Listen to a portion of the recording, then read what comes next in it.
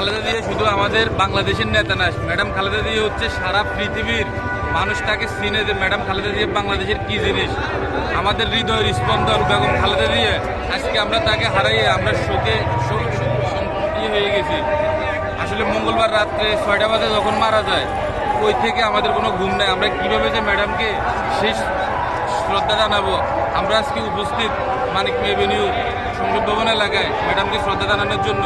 সারা বাংলাদেশের মানুষ যখন বিশ্ববাসী ম্যাডামকে শ্রদ্ধা জানাইতে আসছে, ফেসবুকে বিভিন্নভাবে শ্রদ্ধা জানাইছে, তো তখন সজীবদের জয় এবং শেখ হাসিনা তারাও আস্তে আস্তে ক্রমান্বয়ে শ্রদ্ধা জানানো শুরু করছে।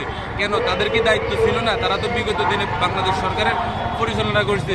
ম্যাডাম খালেদা জিয়াকে যেভাবে নির্যাতিত করছে, বাংলাদেশের ইতিহাসে এরকম কোনো 3বারের প্রধানমন্ত্রী এভাবে নির্যাতিত বাংলাদেশের মানুষ আশা করে নাই।